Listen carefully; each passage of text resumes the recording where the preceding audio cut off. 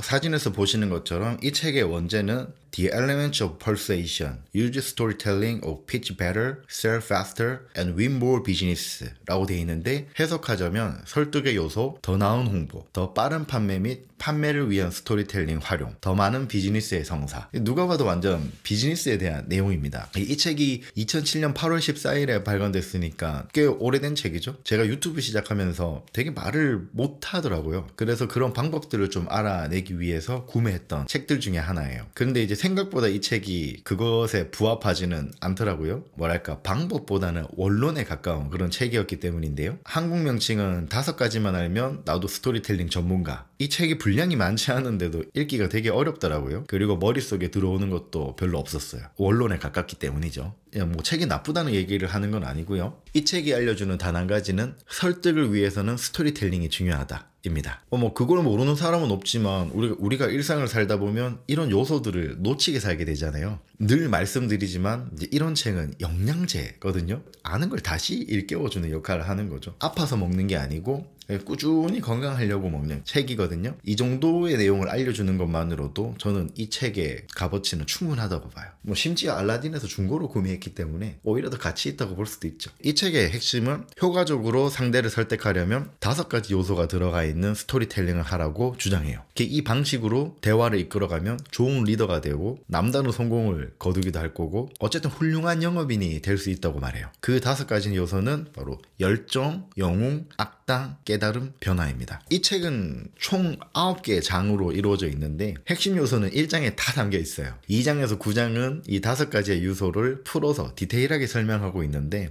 좀 억지로 분량을 늘린 것도 있고, 일관적이지 않거나 메시지가 뚜렷하지 않은 부분도 있어요. 공동저자라서 작가가 2명인데 훌륭한 스토리텔러인지는 모르겠지만 적어도 훌륭한 작가는 아니라고 생각해요. 스토리텔링이 아주 많이 들어가기도 했고 공감이 되는 부분도 있는데 설득되는 기분은 들지 않더라고요. 물론 번역이 별로일 수도 있습니다. 그래도 원작이 좋지 않으면 이게 아무리 번역을 잘해도 좋은 결과가 나오기 힘든 게 사실이잖아요. 특히나 이런 자기계발서는 좀 더 그런 편입니다. 한때 스토리텔링이라는 키워드가 전국을 휩쓸던 시절이 있었는데 이 책이 출간되던 그때가 아닐까 생각되네요. 그래서 좀 책을 잘 팔아야 되니까 억지로 스토리텔링이라는 제목을 넣은 게 아닌가 그렇게 생각이 돼요. 번역자의 의도일 수도 있겠지만 아마도 편집자의 의도겠죠. 그냥 원제 그대로 Elements of Persuasion, 설득의 요소가 좀 더 설득력 있어 보이는데 말이죠.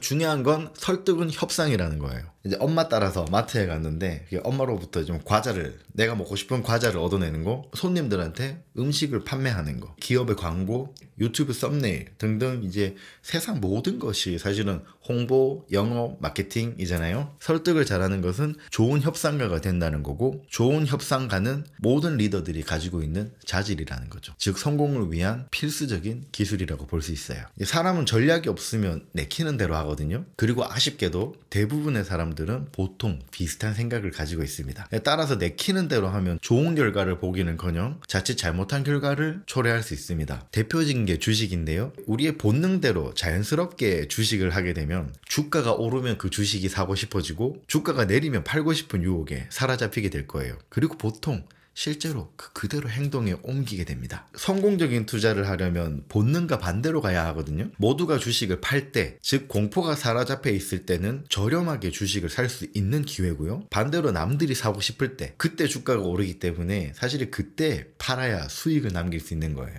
하지만 주가가 오르는 중이기 때문에 쉽게 매도하기가 힘들죠. 이런 본능을 거스르는 행동은 전략에 대한 믿음이 없으면 쉽게 행할 수 없기 때문이에요. 대화도 마찬가지거든요. 우리가 누군가를 대할 때는 대화법에 전략을 두어야 해요. 그러나 보통 아무 생각 없이 그저 떠오른 말을 즉각적으로 하죠. 그래서 목적 없는 대화를 통해 좋은 결과를 얻을 수가 없는 거고요. 좋아하는 이성의 환심을 사는 것부터 이제 손님에게 내 상품을 판매하는 거, 뭐 나아가서 이제 기업과 기업 간의 인수합병까지 모두 뚜렷한 목적이 있어야 되고 전략이 있어야 된다는 거예요. 생각대로 막 살면 안 된다는 거죠. 이제는 아무리 재주가 좋아도 나의 재주를 사람들에게 알리지 못하면 살아남을 수 없는 시대가 되었습니다. 공부 잘해서 좋은 대학에 들어가는 것도 이제 크게 보면 나라는 존재를 브랜딩하는 거거든요. 그게 바로 효과적으로 대기업을 설득해서 나를 판매하는 데 성공했다고 볼 수 있는 거죠. 그럼 좋은 대학에 들어가는 것조차도 훌륭한 스토리텔링의 요소가 될 수 있는 거고요. 잘 만들어진 브랜딩이 설득력이 있었다는 반증이고, 그 브랜딩의 기반은 다름 아닌 스토리텔링이에요. 그런데 요거 하나는 조심하셔야 됩니다. 기업에서 원하는 건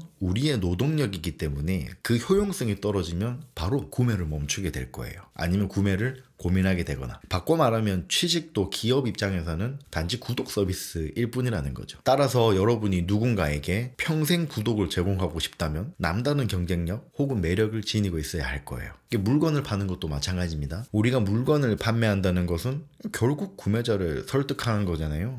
오프라인에서 대면 영업을 할 수도 있지만 이제는 대부분 온라인 판매에서 이루어지는 게 현실이잖아요. 여러분들도 네이버 쇼핑, 쿠팡, 무신사 이용하거나 해보셨을 거예요. 우리가 물건을 구매할 때 썸네일, 이미지, 디자인 이런 거 많이 보는데 무엇보다 브랜드도 한몫하잖아요. 그 이유가 뭘까요? 브랜드에서는 뿌리 깊은 신뢰가 느껴지기 때문이거든요. 그렇다면 그 신뢰는 어디서 오는 걸까요? 맞아요. 바로 스토리텔링입니다. 우리는 그 브랜드의 스토리, 그리고 스토리에 걸맞는 제품력이 있기 때문에 브랜드의 제품을 신뢰하는 거거든요. 가성비를 따지는 현대인조차 좋은 브랜드는 가격이 높아도 선호하는 경향이 있습니다. 대표적인 게 명품이고요. 명품의 판매력은 스토리텔링에서 나옵니다. 결국 이런 스토리텔링이라는 대화법은 직접 대화뿐 아니라 유튜브, 이런 나아가서 블로그 글 쓰는 것도 스토리텔링을 적용하면 보다 유의미한 효과를 얻으실 수 있을 거예요. 자본주의 시대를 살고 있는 우리에게 설득의 기술은 삶의 필수적입니다. 협상을 거부할 수 있는 것도 내가 강자일 때나 가능한 거지, 내가 약자이면서도 협상을 거부한다는 것은 고립을 선택하는 것과 같습니다. 우리가 협상의 피로를 느끼는 건 너무 당연한 거거든요. 하지만 그 피로가 우리를 살아있게 또 살아가게 만드는 아주 중요한 요소라는 걸 잊으시면 안 돼요. 절대 피하시면 안 됩니다. 협상이 좋은 결과로 나타났을 때 느껴지는 도파민, 이 행복감이 상상 초월인 거거든요. 피할 수 없으면 즐겨야 합니다. 오늘도 많은 사람과의 협상으로 힘들어하는, 그리고 협상 자리 자체를 피하는 여러분들을 위해 이 영상을 바칩니다. 여러분 꼭 승리하시고요. 오늘도 함께 해주셔서 감사합니다. 저는 헤르만의 서재 정우였습니다. 이번 영상이 유익하셨다면 좋아요, 구독, 알림 설정 부탁드려요. 헤르만의 서재 정우였습니다.